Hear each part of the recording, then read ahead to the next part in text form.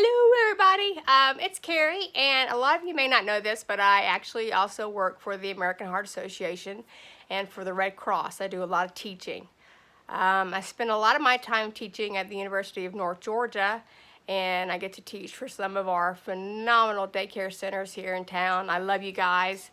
And for the counseling departments around here, I teach a lot for the city and for the county. We have such phenomenal people around here. If you've ever had one of my classes, it is very different from a lot of the other classes that you've had before, believe it or not. But today, I was getting ready. I was setting up to teach a Zoom class, a Zoom at a Zoom, and getting ready for Monday, which I know you all are getting ready for the celebration. It's May 4th. If you know what that means, we're all in this together. May the 4th be with you on Monday. It's a big day for us, big day. But today, just wanted to take a second, not really a funny ha-ha video, but something that could save your life. And that is location, location, location. If you call 911, if you have an emergency, and a lot of times you may have to call from your job, and you would be very surprised about how many people don't actually know I got a selfie stick, came in the mail, don't actually know the numerics of their workplace. And that's okay, because by the end of the day, you are gonna know your numerics. Now, just knowing the name of your job really isn't going to be good enough.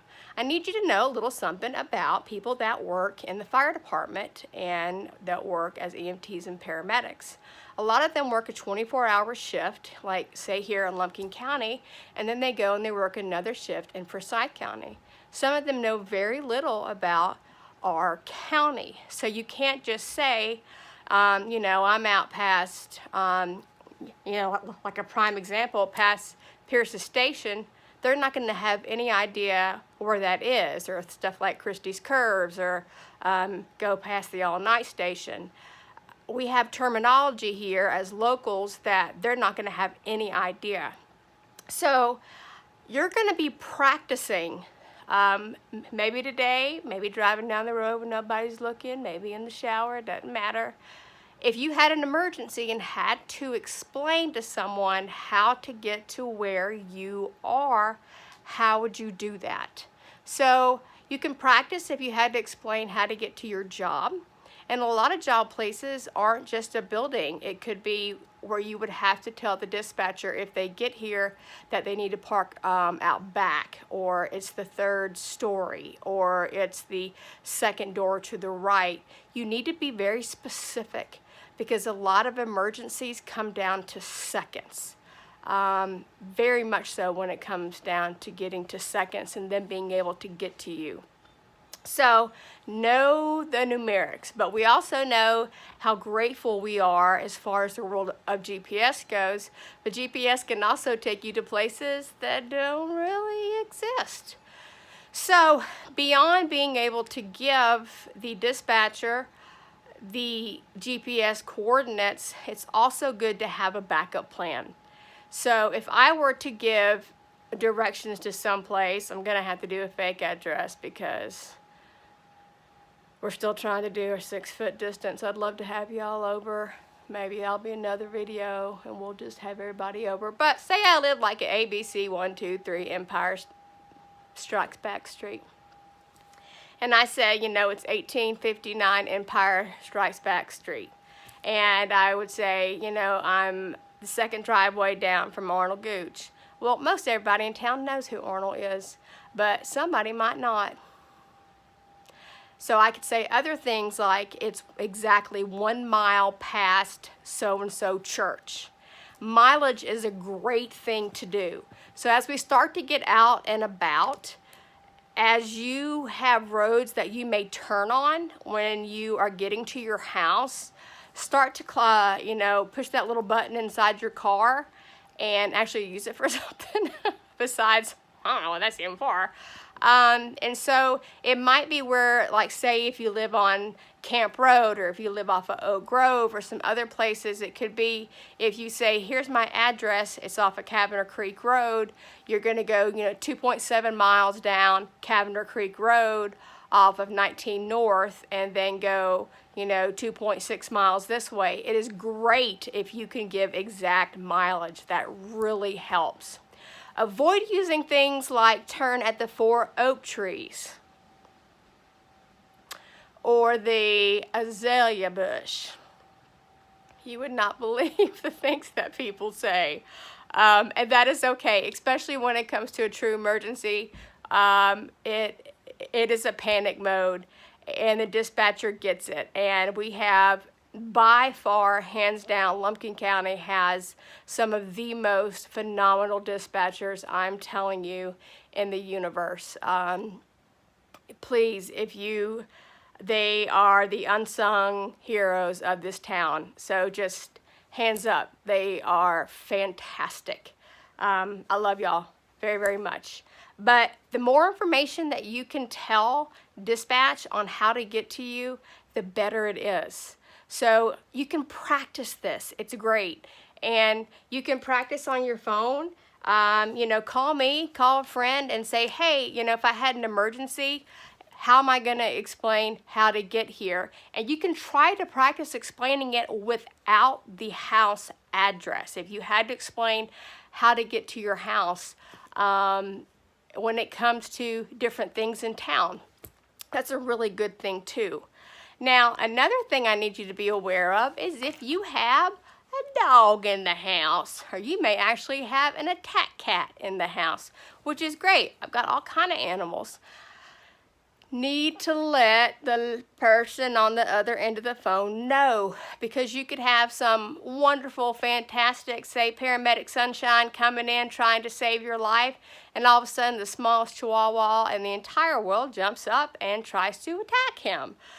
It would have been good to know ahead of time, and it might be, if you're in a position to where you could get up and put your precious baby dog maybe in the bathroom or bedroom and shut the door so that when the police get there or the paramedics get there, they can help you and they can do their job. And then when they leave, they can deal with, sweet baby and get them to a safe place too. Their job is to help the whole situation. So again, it's going to come down to the more information that you can give, the better. Now, another part of this that a lot of people don't really think about is that some people, as soon as they get inside the house, they lock the door. So it could be if you're home by yourself, a lot of accidents happen in the bathroom. Yep, that wet floor, you've been singing and dancing, woo-hoo, fixing all your hair, having a good old time.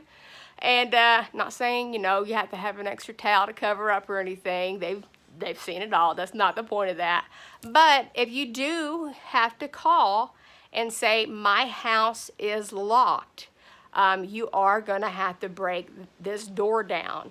The closest door to you may be, a door that's in the garage. It may be the front door. You could have a house where nobody actually uses a true front door. It could be a side door.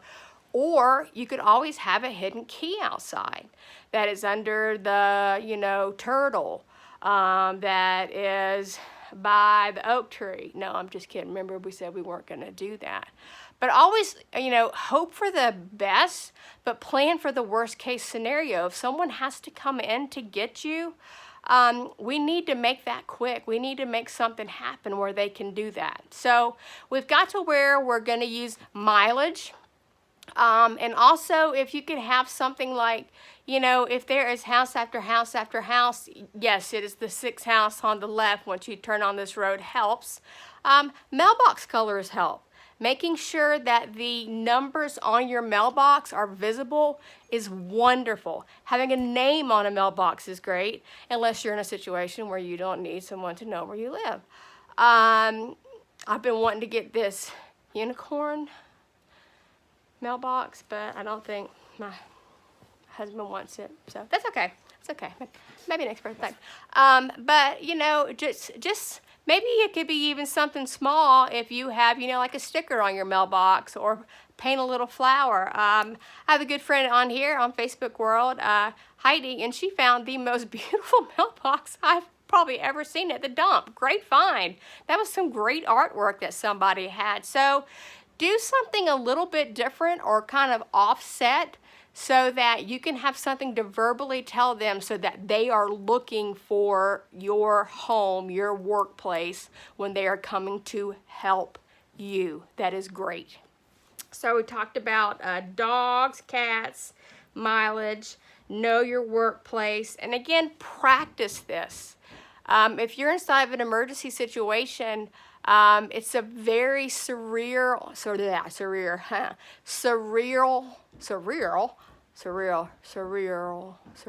world where everything either goes very, very slow or it goes very, very fast. And a lot of times you'll get off the phone and have no idea what you just said. So the best way to prepare for that is to practice it. It is so phenomenal.